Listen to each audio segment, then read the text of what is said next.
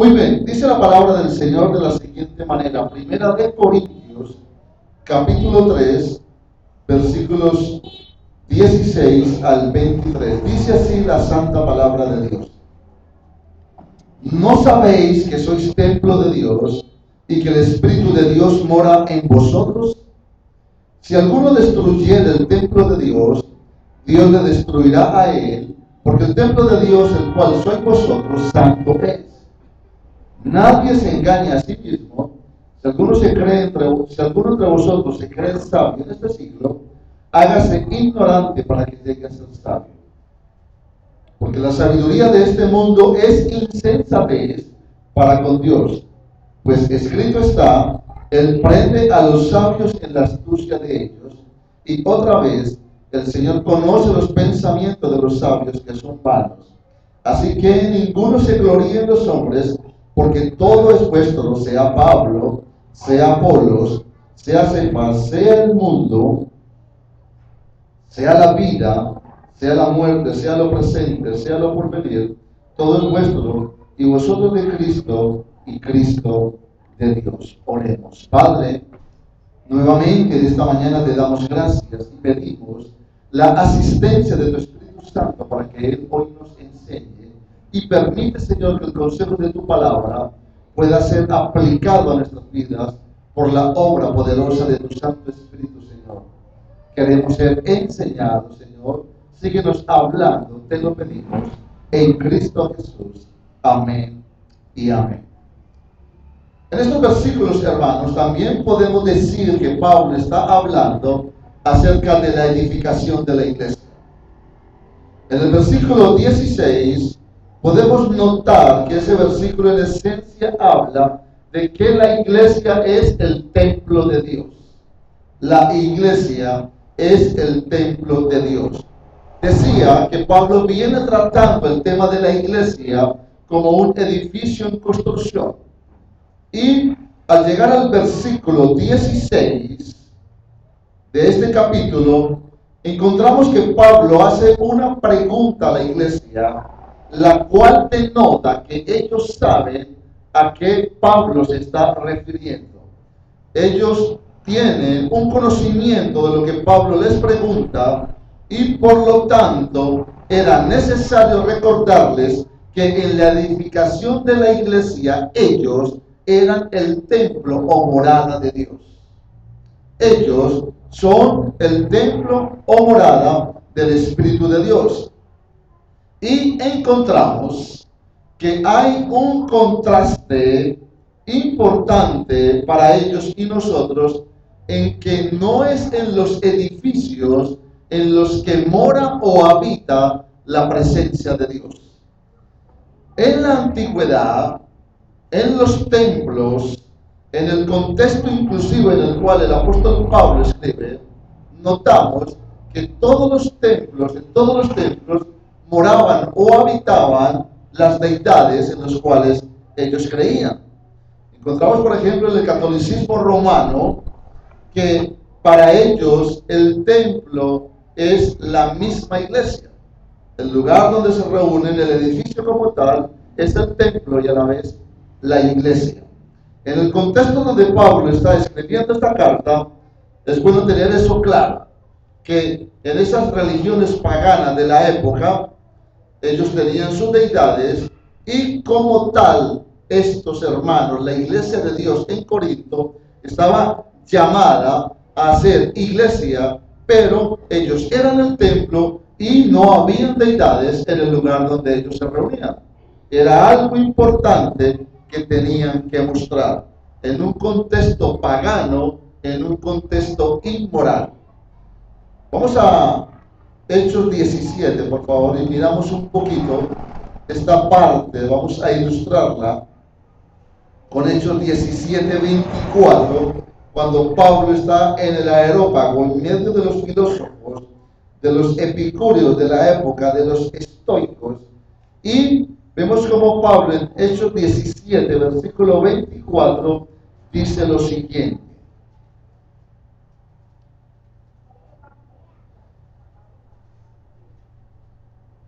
...23 y 24... porque pasando y mirando vuestros santuarios, hallé también un altar en el cual estaba esta inscripción: al Dios no conocido, al que vosotros adoráis, pues sin conocerle es a quien yo os anuncio. El Dios que hizo el mundo y todas las cosas que en él hay, siendo Señor del cielo y de la tierra, no habita en templos hechos por manos humanas.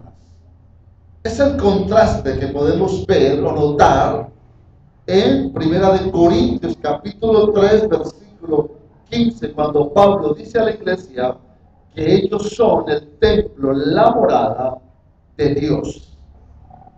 Ellos como iglesia, en el lugar donde se reunían, para los paganos de la época, era algo increíble, era algo inexplicable, era algo inaceptable que ellos fueran iglesia y que a la vez en su lugar de reunión no tuviesen ningún tipo de deidad o divinidad. Pablo aquí en Hechos 17:24 usa estas palabras con el propósito de mostrarles a los atenienses en primera instancia su religiosidad al ver en sus santuarios altares con sus respectivas deidades, en la cual encontramos la inscripción al Dios no conocido. Entonces Pablo empieza a predicarles acerca del Señor. Cuando Pablo hace la pregunta en 1 Corintios 3:15, él quiere llamar la atención de los hermanos, porque en la edificación de la iglesia recordemos que había inmadurez entre ellos. Una inmadurez que los lleva a tener celos, que los lleva a tener contiendas, divisiones, disensiones, producto de los favoritismos que había entre ellos por hermanos como Pablo, como Cefas y el mismo Apolos. Pablo le ha explicado a ellos, versículos atrás, que ellos solamente son servidores de Cristo y que en ese sentido, conforme a la gracia de Dios, es que ellos vienen edificando la iglesia. Y con esta pregunta Pablo resalta lo que ellos son. Ellos debían entender la identidad en ese momento que debían de tener o de asumir. Y Pablo, cuando hace la pregunta, les muestra de que ellos son y de que nosotros somos la morada de Dios, el templo del Espíritu de Dios. A pesar de exhibir los comportamientos que exhibían, versículos anteriores vienen hablando de los partidismos y de los favoritismos que habían entre ellos. Más sin embargo, a pesar de sus contiendas, ellos son la morada, ellos son el templo de Dios, contrastando los templos paganos de la época. Todo esto debía y debe producir a la vez en nosotros la convicción y seguridad, como en el caso de ellos, que habían sido tomados aparte para ser la morada, el templo, la habitación del Señor, y era la iglesia de Dios, santa en Cristo, llamada a ser cada día más santa. Luego en el versículo 17 encontramos que ese versículo 17 en esencia habla de que la iglesia es el templo santo de Dios. La iglesia es el templo santo de Dios. Y notamos que el versículo 17 está relacionado, ligado con la pregunta que Pablo hace en el versículo 16. Observamos cómo está dada la respuesta al llamado de atención a darse cuenta de lo que ellos son o de lo que somos. En este caso, templo, morada de Dios. Ellos como templo, según el versículo 17, debían de tener cuidado de destruir la iglesia. Notamos, vuelvo y repito, el contexto anterior nos habla de sus celos, de sus contiendas, de sus divisiones, de sus disensiones. Pero también encontramos en el contexto de la carta que la iglesia estaba siendo influenciada por la sabiduría humana, y en este caso era la sabiduría de los griegos, de los filósofos, de los eruditos, y también habla la carta de los expertos de la ley. Todos estos problemas estaban dificultando el crecimiento de la iglesia. Pero notamos, hermanos, que el versículo 17 empieza argumentando la posibilidad de que se puede destruir la iglesia.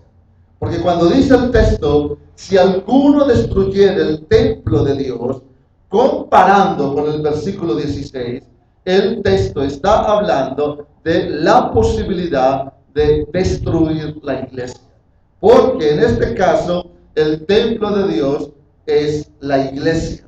Algunos han aplicado, han interpretado estos versículos como destruir cada uno de nosotros este templo. Pero el contexto habla de templo en el sentido de iglesia, de destruir la iglesia, no de hacernos daño individualmente cada uno de nosotros y que Dios nos vaya a destruir a nosotros. No, el texto habla de la posibilidad, inclusive coloca un sí condicional argumentando esa posible opción, refiriéndose a destruir la iglesia. Entonces dice el texto, si alguno destruyera el templo de Dios, Dios le destruirá a él. Y la razón es que el templo de Dios, el cual sois vosotros, es decir, la iglesia es, santa es.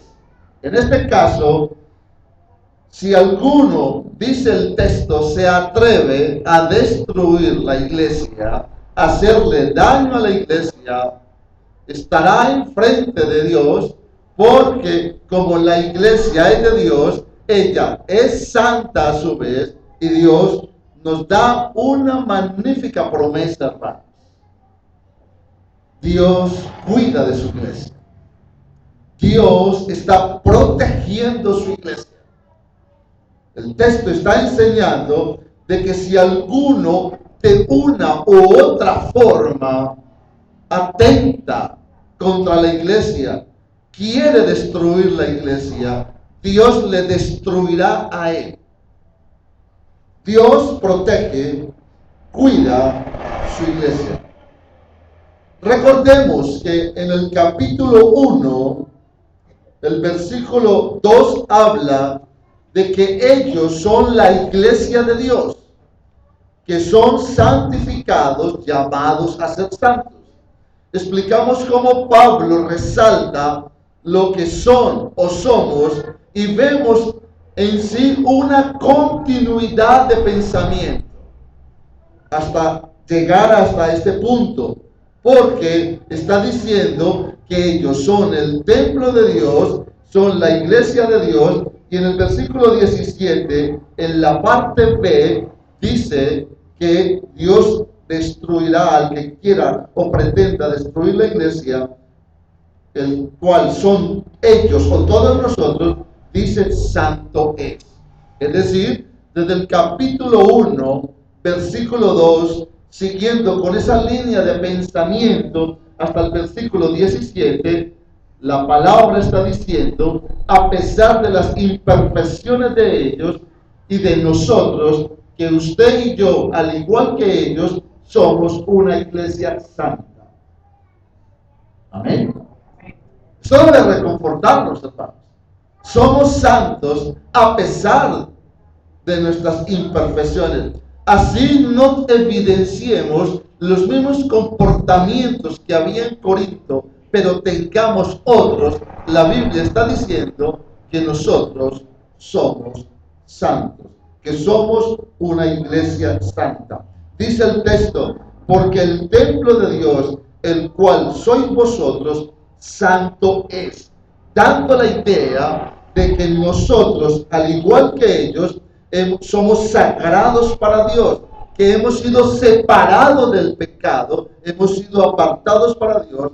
En ese orden de ideas, nosotros somos una iglesia santa. Obviamente en Cristo, En Cristo somos santos.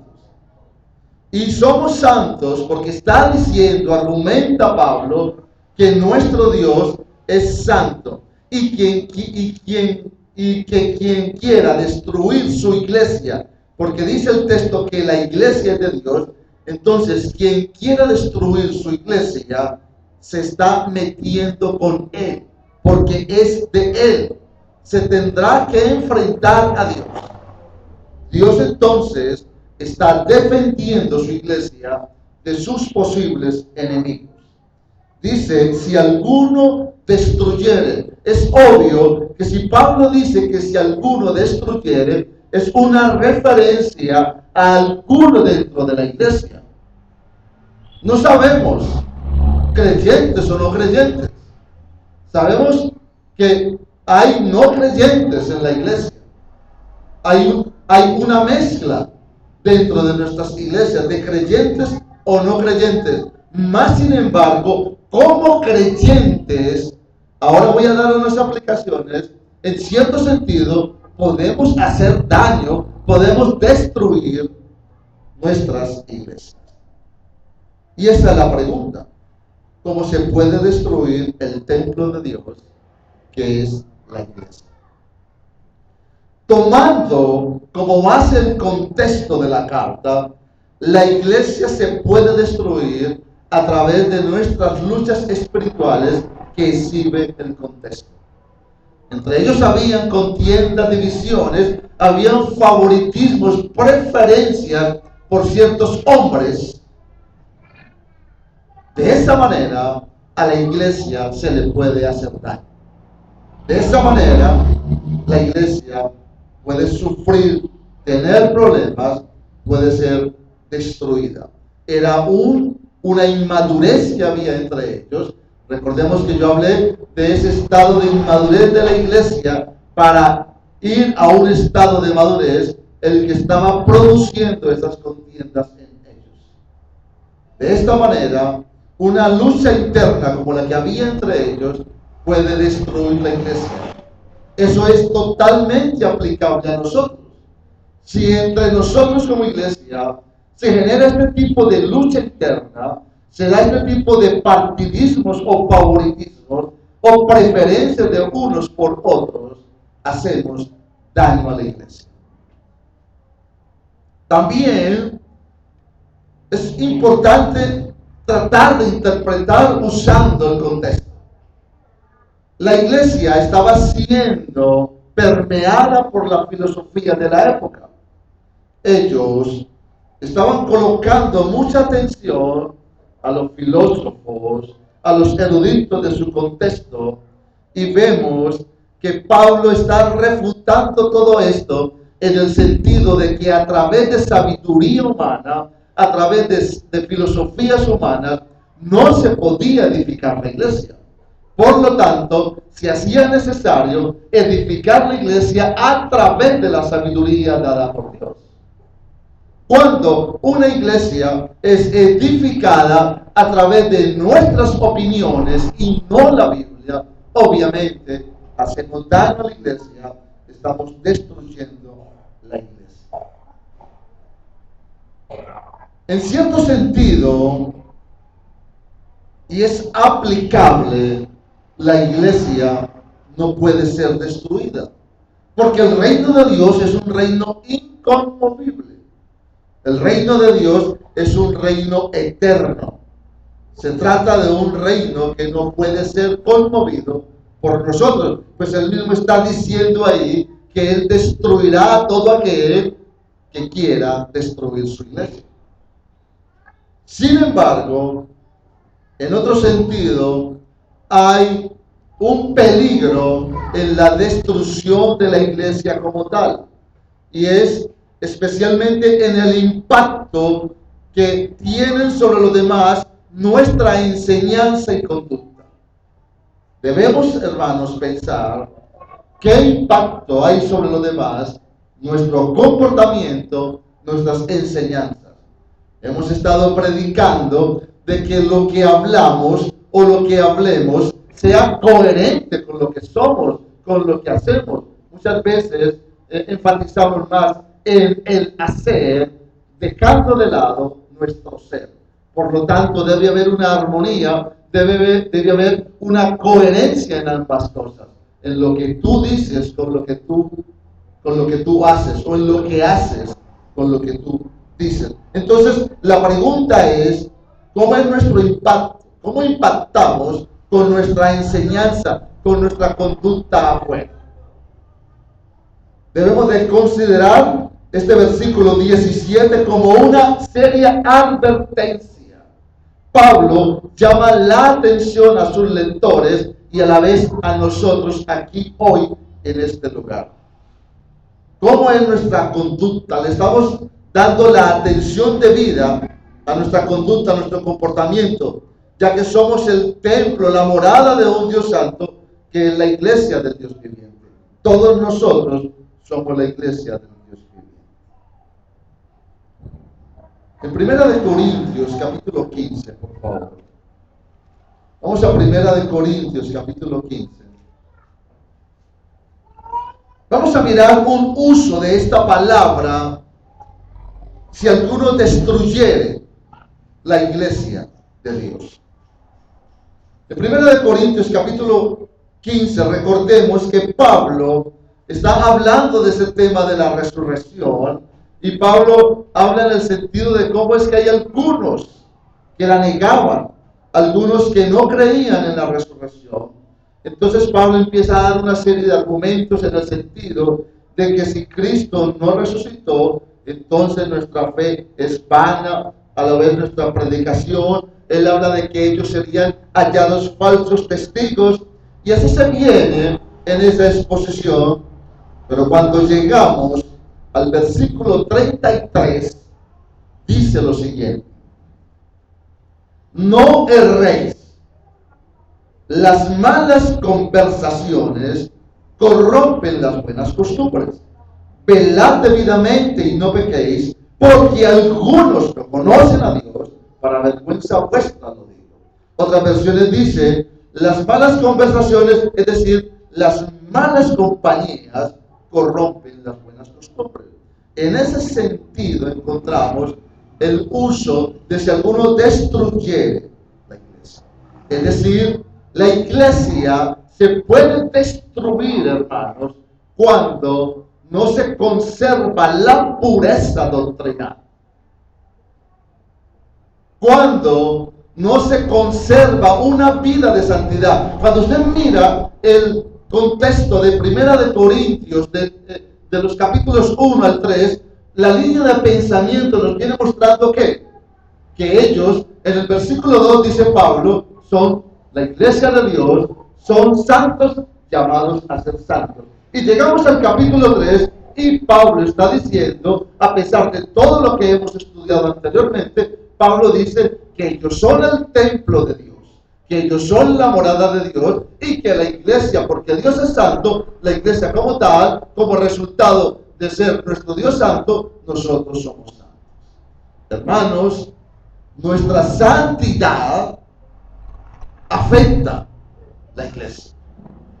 Por eso hablo de cómo estamos impactando afuera. ¿Realmente somos lo que decimos ser? ¿Somos lo que nuestros labios dicen? Eso es importante, porque de lo contrario, usted está destruyendo la iglesia. Mire que dice, y aquí está el argumento de la posibilidad de que pueden haber algunos que aparentan ser cristianos en la iglesia y no lo son, pero están con nosotros. Por eso dice el versículo 34, porque algunos no conocen a Dios. Algunos que no conocen a Dios están con nosotros y ya hemos tenido la experiencia, han pasado por estos púlpitos, han predicado y ahora están en el mundo. Esos están destruyendo la iglesia, pero también están delante de un Dios santo. Están enfrentando el juicio de un Dios santo. Quiero traer a consideración 4 puntos. Nuestros pensamientos, palabras, actitudes, si son santas, corresponden a un templo santo donde mora el Espíritu de Dios. Porque repito, nuestros pensamientos, o si nuestros pensamientos, palabras, actitudes, son santas, realmente entonces usted y yo somos un templo santo donde mora la presencia del Espíritu de Dios. Número 2. Nuestras relaciones deben edificar y no destruir la iglesia. Hay que tener cuidado con eso, hermanos. Y creo que mucho de eso se trató en la exposición ahora pasada. Nuestras relaciones. De esa manera, si nuestras relaciones están edificando la iglesia, podremos tener un impacto afuera más fuerte y mucho más con todos aquellos que están entrando. Podemos ser de tropiezo. Debemos ser cuidadosos. Muchos hermanos son neófitos, nuevos, inmaduros todavía en muchos asuntos de la fe. Y nuestras relaciones pueden marcar sus vidas. En cualquier sentido de esos podemos hacer daño, destruir la iglesia. Número 3. Nuestra conducta debe ser igual dentro y fuera de la iglesia. Podemos estar edificando aquí, sí. Usted y yo podemos ser tremendos santicos aquí. Están edificando de una manera muy especial acá la iglesia. Pero destruyendo la iglesia con nuestro comportamiento por fuera. Por lo que conocen de nosotros, por lo que ven de nosotros. Entonces destruimos la iglesia. Otra consideración para aplicar. No olvidemos, la iglesia, es decir, nosotros, está diciendo la Escritura, somos el templo de Dios. Somos una iglesia santa, dice el texto, porque Él es santo. Esto, hermanos, nos debe llevar a considerar la gran responsabilidad que tenemos. Nos debe llevar a considerar el compromiso y el temor que debemos de tener en el sentido de cómo estamos edificando la iglesia, porque todos somos parte de la iglesia. Y en cierto sentido, de alguna u otra forma, todos estamos contribuyendo para bien o para mal. Sea en la edificación o en la destrucción de la misma iglesia. Esto no se trata de uno u otro, se trata de todos. En 1 Corintios 3 nuevamente, por favor.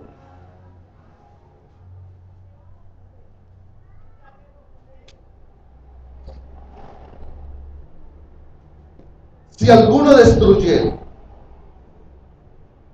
es decir, si alguno daña la iglesia, apartándola de la condición de pureza doctrinal y santidad. Ahí juega, hermanos, comportamiento, actitudes, testimonio, todo lo que usted y yo tenemos que ser. No es tanto lo que hablamos, predicamos, sino lo que somos. Porque cuando Pablo les dice a ellos, ustedes no saben lo que ustedes son, es un llamado de atención a que reconozcan, a que entiendan cuál era su verdadera identidad en un contexto pagano y moral como nosotros lo estamos viviendo ahora en nuestra sociedad actual, en nuestra ciudad, en nuestro departamento. Todos nosotros, dice la carta, dice el texto de estudio, somos el templo, somos la morada de Dios. Somos. Y no podemos, porque ese es el sentido de la palabra. El sentido de la palabra es eso, dañar la iglesia, apartándola de la condición de pureza doctrinal y santidad. Juegan dos cosas. Santidad y doctrina. Doctrina y santidad.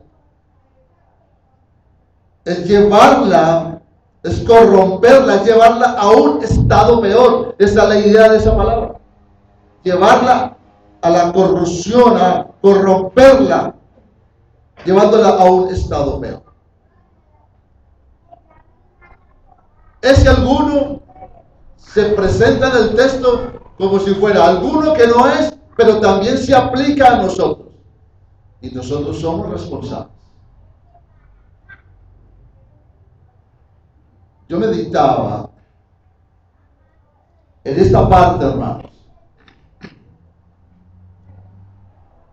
Y sabemos que Dios es el que pone en el ministerio. Dios es el que nos pone en los ministerios. Pero Dios tiene tanto cuidado de su iglesia que también aquel que está haciéndole daño a su iglesia, Dios también lo quita, lo corre, lo pone a un lado, lo sienta, lo manda a vacaciones, lo disciplina o lo saca totalmente. Eso lo permite a uno descansar, estar tranquilo, en el sentido de que podemos seguirnos equivocando. ¿Cuántas veces no me he lamentado de hermanos que han pasado por aquí y uno se pone como el directo responsable? ¿Por qué hicimos esto, aquello? Pero Dios está cuidando su iglesia. Él la está protegiendo. Pero también, hermanos, estas son palabras de advertencia para nosotros, para que tengamos cuidado cuando Pablo dice, cada uno mire cómo está sobreedificando la iglesia. Realmente, si estamos edificando o estamos por debajo, escarbando el cimiento, derrumbando el cimiento, tratando de que el edificio paulatinamente se caiga. Y lo podemos hacer de una manera consciente o quizás hasta inconsciente, hermanos. Debemos de pedirle al Señor en este sentido su dirección, su guianza, que nos muestre cómo estamos sobreedificando cada uno de nosotros. En los versículos 18 al 23, en esencia esos versículos hablan de que la iglesia es de Dios. En el versículo 18 encontramos una amonestación. La iglesia es amonestada con respecto al autoengaño. Nadie se engañe a sí mismo. En el sentido de que ellos, o de que muchos, como que se estaban considerando sabios en su propia opinión, sabios en una sabiduría que era correspondiente a ese mundo, a ese contexto en el cual ellos estaban viviendo. Luego, en el verso 19, el texto explica lo que la sabiduría de este mundo significa. Y dice que la sabiduría de este mundo para Dios es solo insensatez. Insensatez. Y explica cómo Dios atrapa o prende a los sabios en la astucia de ellos. Luego en el versículo 20 se enfatiza que Dios conoce los pensamientos de aquellos que pretenden ser humanamente sabios. En todo esto, hermanos, Dios nos está mostrando cómo tiene el control sobre todas las cosas y a la vez tiene el control sobre su iglesia. Él es omnisciente, tiene todo conocimiento sobre su iglesia. Tiene omnisciencia sobre todo tipo de pensamiento de carácter humano y a la vez muestra el texto cómo Dios escudriña los corazones, no solo de ellos, sino de todos nosotros. Él realmente sí nos conoce. Y Pablo advierte este problema en el sentido de que la sabiduría humana no es suficiente para edificar la iglesia del Señor. Lo que Pablo está mostrándonos ahí. Todo esto equivale a un autoengaño. Ya luego, como resultado, versículo 21, encontramos un resultado. El texto dice de que hay que gloriarse, pero en el Señor. Notamos cómo Pablo vuelve al contexto anterior. Es decir, habían partidismos, habían favoritismos. Unos decían, yo soy de Pablo, yo soy de Apolo, yo soy de Cefas. Y por lo tanto la iglesia en su inmadurez se gloriaba en ellos, en lo que ellos hacían, y creían que por la habilidad o capacidad de ellos era que la iglesia estaba recibiendo su crecimiento. Pablo entonces muestra que es la gloria para nuestro Dios. Y explica que tanto Pablo como Apolos y algunos elementos que menciona el versículo 22, todo es de ellos. Es decir, el argumento es de que no había por qué glorificar, exaltar a los hombres, sino solo a Dios, y que ellos debían de entender, hermanos, que tanto Pablo como Apolos y todos los que estaban puestos en la iglesia para servir, le pertenecían a ellos. Es decir, eran de ellos porque estaban puestos para el servicio de ellos. Esa misma aplicación es para nosotros hoy. No puede haber entre nosotros ningún tipo de favoritismo. Y debemos de entender que todos estamos puestos para servir a la iglesia, para servir a los demás. Y en ese sentido, Pablo dice, ellos son de ustedes. Nosotros somos de ustedes. Es decir, nos pertenecemos. Somos un cuerpo y por lo tanto nos pertenecemos. Así que si yo predico, otro enseña y usted tiene diferentes ministerios, Dios lo usa en otras áreas dentro de la iglesia. Pablo dice, todos somos nuestros, nos pertenecemos. Dice ahí el texto, así que ninguno se gloríe en los hombres, porque todo es vuestro, sea Pablo, sea Apolos. Ellos debían entender, vuelvo y repito, que Pablo, Apolos y los demás estaban puestos para servir a la iglesia. Y en ese sentido, les pertenecían a ellos. No eran, en otro sentido, ellos no eran de estos hombres. No le pertenecían a estos hombres. Dos veces se repite la palabra todo es vuestro.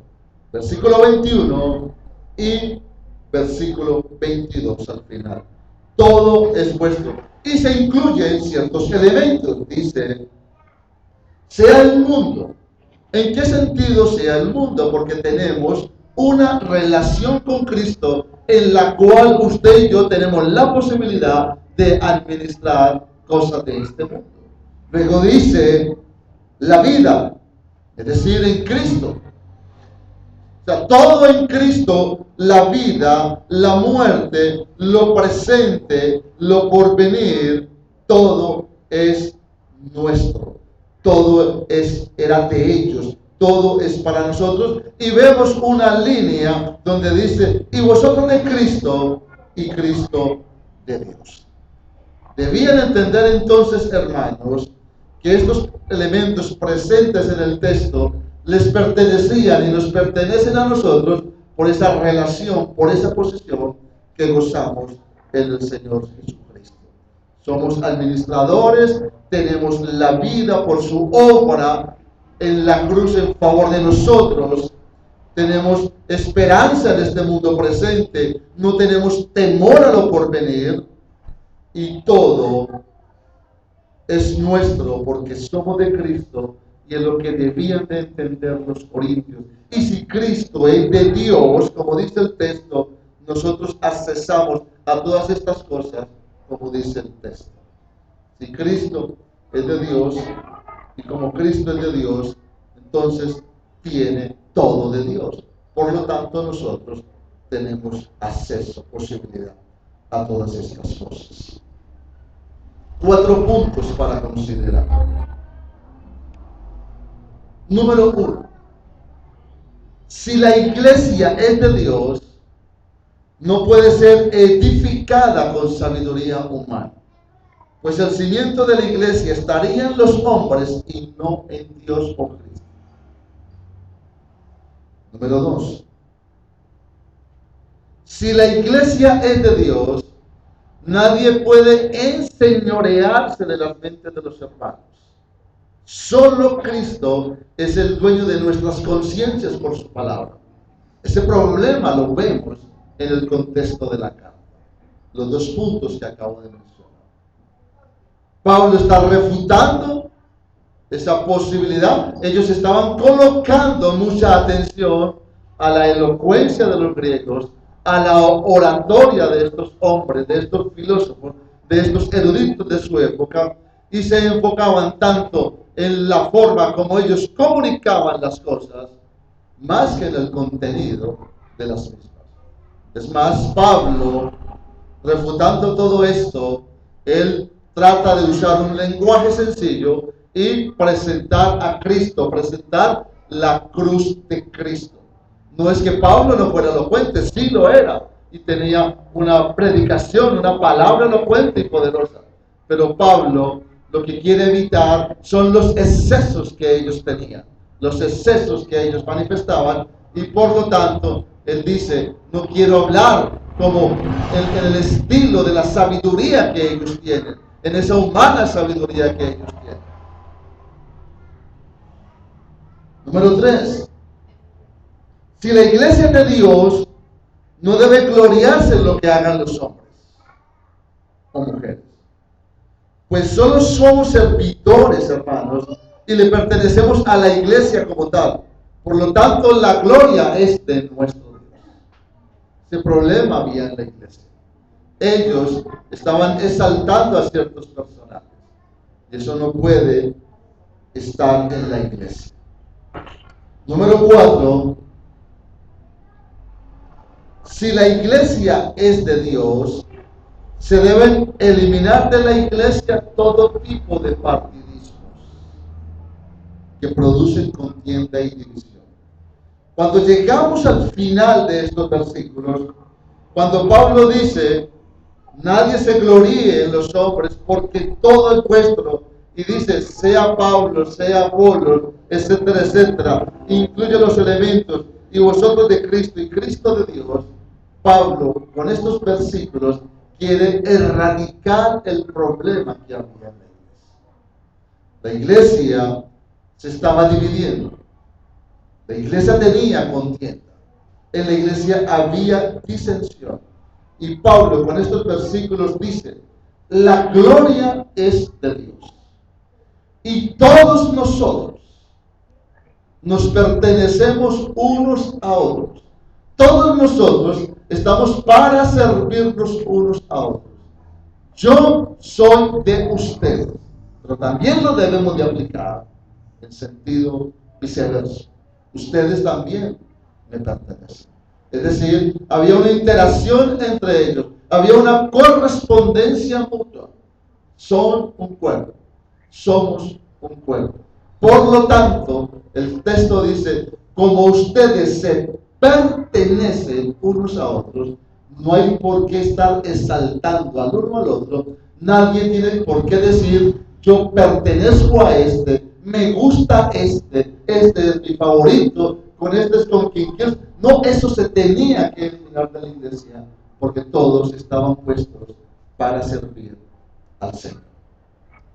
El texto termina diciendo, todo es vuestro, es decir, nos pertenecemos unos a otros.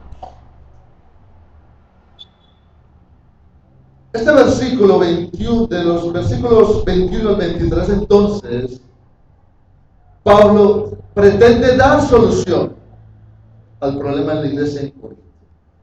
De esa manera queda prohibida, porque él dice, así que ninguno se gloríe. Queda prohibida toda exaltación a los hombres que estaban puestos en el liderazgo de la iglesia. Totalmente prohibida. Ellos están y estamos para servir a la comunidad de creyentes en el seno de la iglesia. Y entendiendo esto, hermanos, no deben darse contiendas, divisiones entre ellos. Y todo esto aplica para nosotros hoy. También es evidente en estos versículos la importancia que estaban dándole a la sabiduría humana, a las filosofías, a la elocuencia de los oradores de su contexto.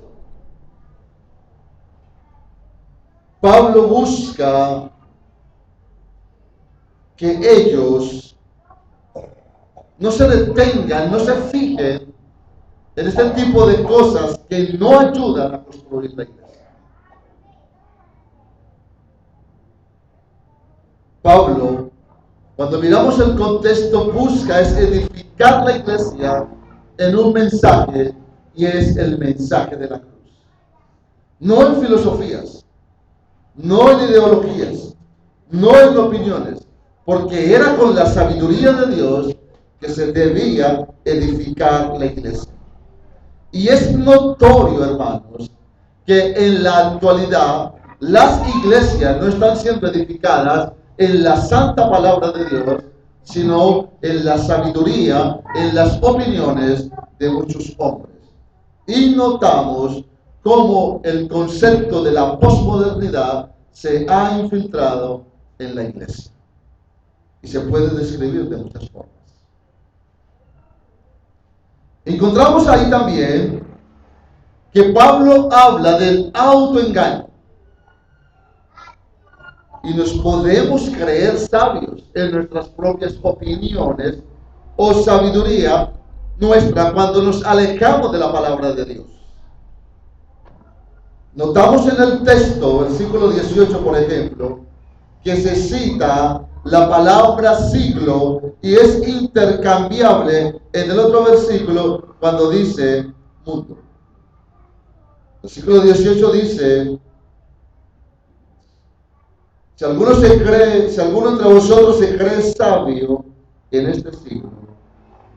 Versículo 19 dice: porque la sabiduría de este mundo se intercambia la palabra para denotar mundo. Entonces se cita la palabra siglo o mundo, y es lo que muchos creyentes pueden tener, es lo que muchas iglesias pueden tener: sabiduría de este mundo. Una sabiduría que no ha sido renovada, como nos enseña la Biblia en Romanos 12. Miremos Romanos 12:2. Romanos 12:2.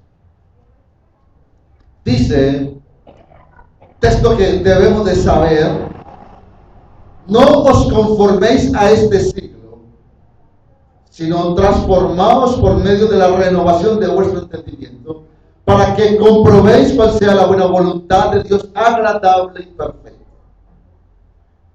El texto habla de que como iglesia no debemos es amoldarnos.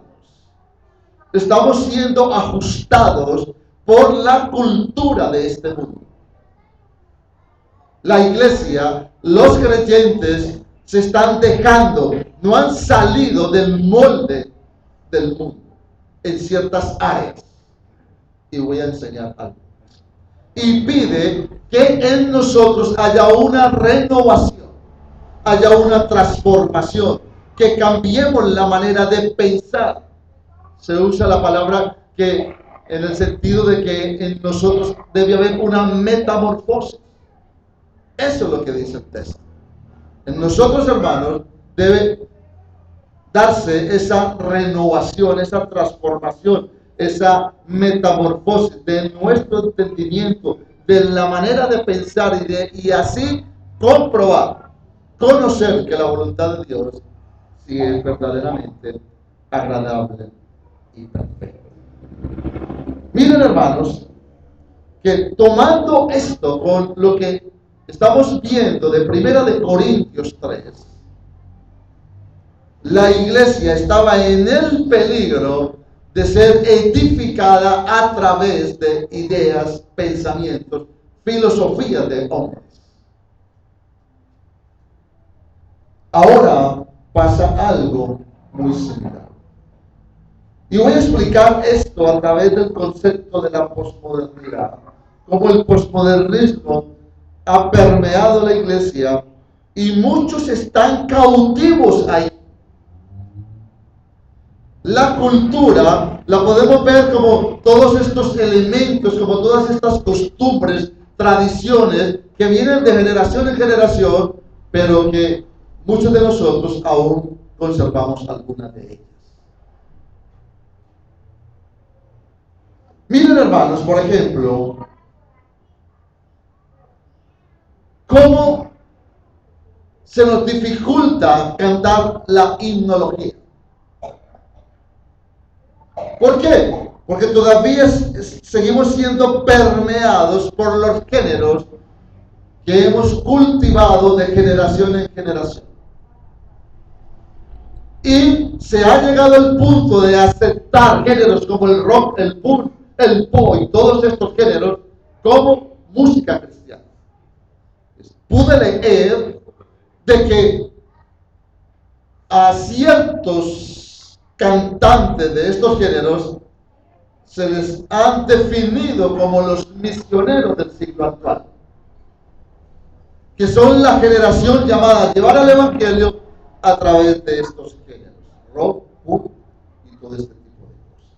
Hay una influencia de la cual muchos creyentes no han podido saber.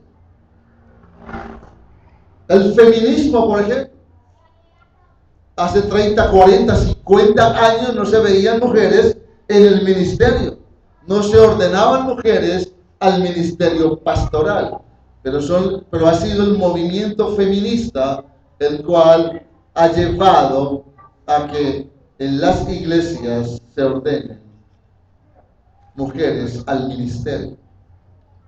Pero también es una práctica que no solo la vemos en la iglesia, sino que la vemos dentro del seno del hogar. La mujer es quien gobierna ahora, no el hombre. Notamos, por ejemplo, hermanos,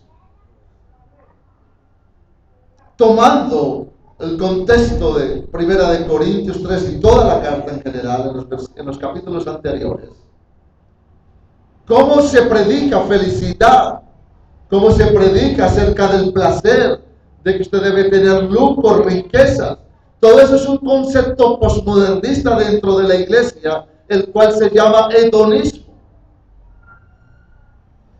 Y si miramos a nuestro alrededor, ese es el sistema de predicación que se vende y es lo que la iglesia consume hoy. Pablo advierte en este capítulo 3 acerca de todo este tipo de cosas en el seno de la iglesia, pues en su contexto estaban los filósofos, los eruditos, que con sus filosofías, con su sabiduría humana, estaban permeando la iglesia, y Pablo corrige para que la iglesia no sea fundada en la sabiduría de los hombres, sino en la sabiduría de Dios. Lo mismo vemos con otros elementos ahora. Las iglesias son edificadas en sabiduría de hombres, en opiniones de hombres, conceptos totalmente humanos, morales, fuera del contexto de la palabra de Dios.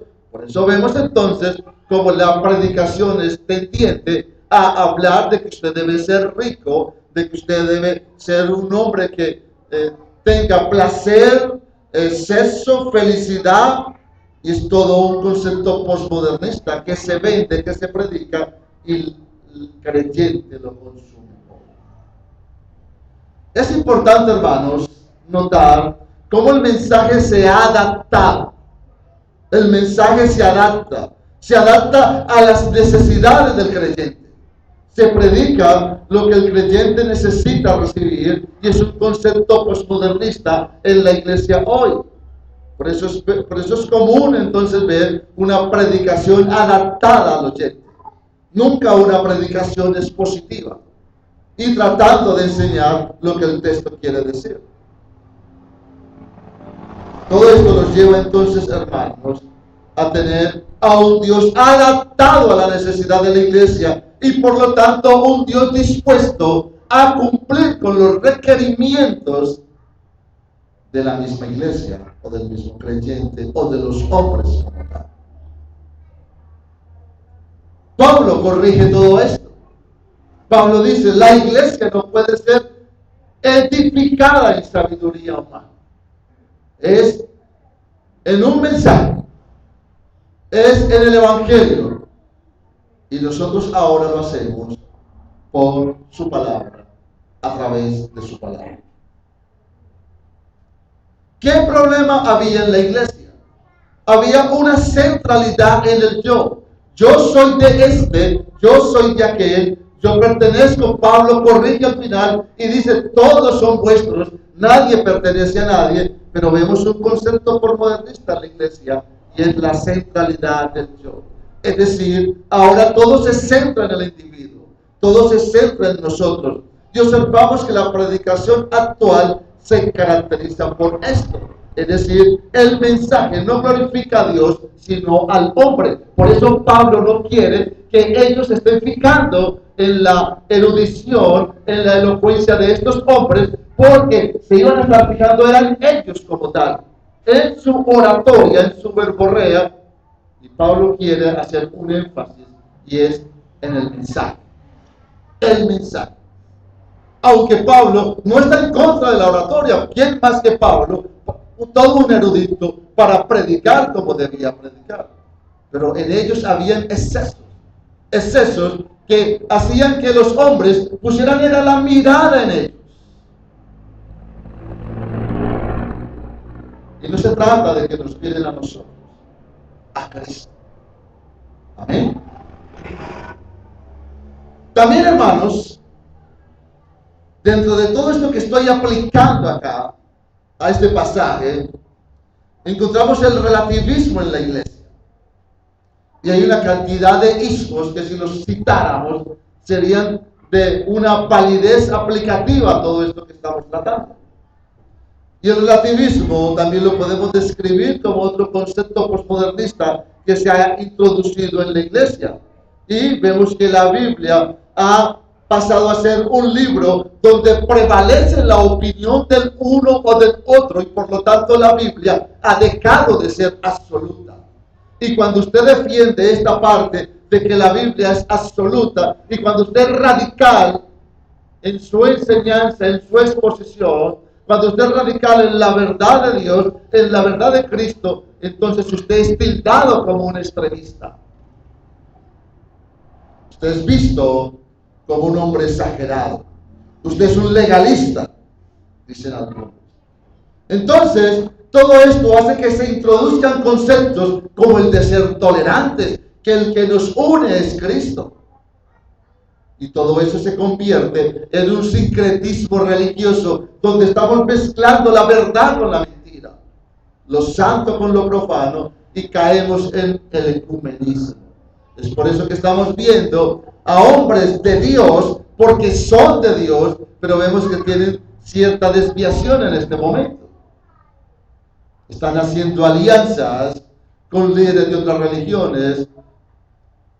Tuve la oportunidad de leer de un hombre cómo pidió oración cuando estaban los 115 cardenales supuestamente dirigidos por el Espíritu de Dios buscando el Papa para la Iglesia Católica Romana.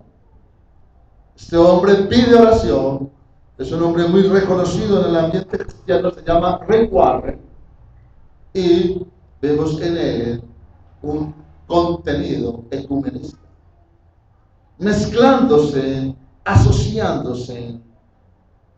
A todo esto nos conduce el posmodernismo con esta palabra relativismo. La verdad, hermanos, que como lo fue para la iglesia en Corinto, también lo debe ser para nosotros. El mundo en la iglesia es un desafío para nosotros. Nosotros debemos de ser celosos. Celosos en el sentido de conservar la pureza doctrinal. Debemos ser celosos en el sentido de conservar la pureza en el sentido de santidad. Son dos maneras como la palabra indica que se puede destruir la iglesia. Cuando citaba ahora los elementos culturales, me faltó uno. Lo acabo de recordar. Es para las mujeres. Leímos en Romanos 12 que debemos de renovar nuestra manera de pensar. Y mujeres cristianas que están acá, damas cristianas, si ustedes son mujeres de Dios, si ustedes realmente son cristianas, deben de empezar a renovar su manera de ser. No vivan ajustadas al mundo. No estén amoldadas al mundo. Ahora la iglesia cristiana es muy liberal. Las jovencitas actualmente que se dicen ser cristianas no se diferencian de las mujeres del mundo. ¿Por qué? Porque la cultura, el mundo, en esa área todavía las tiene absorbidas y ejerce una presión tal que le dificulta salirse y cambiar su manera de ser. Les animo, mujeres, al venir a la iglesia, a este lugar, a este local donde nos reunimos como iglesia, donde adoramos a un Dios santo, donde estamos exaltando a la divinidad y que nosotros somos la morada de Dios, venir acá también con una vestimenta santa. Y cuando hablo de una vestimenta santa, hablo de que usted, no le estoy diciendo que no se ponga pantalones, esto no, le estoy diciendo de que se vista con decoro. Como dice Pablo, vístase con decoro, atavíese decorosamente. Otras versiones dicen, atavíese decentemente, como corresponden a mujeres que profesan la piedad. Hay que renovar el vestuario. Lo externo debe venir de adentro. No es que usted aparente, no. En su interior usted debe ser santa. Debemos ser santos. Reflejémoslo exteriormente, externamente. Y sigo. Vemos pues, hermanos, que se involucra entonces en la iglesia el ser tolerantes. Ya se usa más la psicología que la Biblia a la hora de aconsejar. Ya la Biblia no es un manual para aconsejar a alguien. No, es la psicología la que predomina. Tenemos un desafío, hermanos. La iglesia se puede destruir por estas cosas. Por la falta de santidad, por la falta de pureza doctrinal. Y no importa que nos digan legalistas, que somos extremistas. Hoy, en mi oración, le daba gracias al Señor. Porque veo que la iglesia se conserva, que la iglesia se sostiene. No somos una iglesia demasiado grande en número de personas, pero sí entendía algo, que Dios ha sostenido su iglesia en este lugar, porque nos hemos conservado en la palabra. Nos hemos sostenido en ella. Y tenemos la confianza de que estamos predicando la verdad. Y en la medida que sigamos, hermanos, predicando la verdad, Él, como dueño de esta iglesia, Él dará el crecimiento a su debido tiempo. Él va a recompensar la labor de cada uno de nosotros. El mundo es un desafío para la iglesia hoy. Las filosofías, que Dios nos libre de hacer de la iglesia nuestra propia opinión, nuestro propio concepto, que Dios nos libre a los que tenemos la oportunidad de estar abanderando esto acá. Que el Santo Espíritu de Dios nos lleve cada día más a edificar esta iglesia por su palabra. Miren, hermanos, que la versión internacional traduce como algo absurdo la sabiduría del mundo. El texto dice que Dios conoce los pensamientos de los hombres que son vanos, y la versión internacional traduce que son absurdos. Esto delante de Dios, nuestra propia sabiduría delante de Dios, es algo que no tiene cabida. Cada día tenemos que sujetarnos a su santa palabra. Hermanos, debemos de mirar cómo estamos edificando. La iglesia de Corinto tenía estos problemas: el mundo y la sabiduría. Y para Dios era necedad y algo absurdo, como traduce la versión internacional. Hemos visto 3 puntos. Yo dividí eso en 3 puntos. El número 1 fue la iglesia, es decir, nosotros somos templo de Dios. El número 2 fue la iglesia es templo santo de Dios porque nuestro Dios es santo. Y el número 3 fue la iglesia es de Dios. Y estos 3 puntos los resumo de la siguiente manera para concluir con una sola frase. La iglesia, al ser de Dios, ella es santa en Cristo Jesús.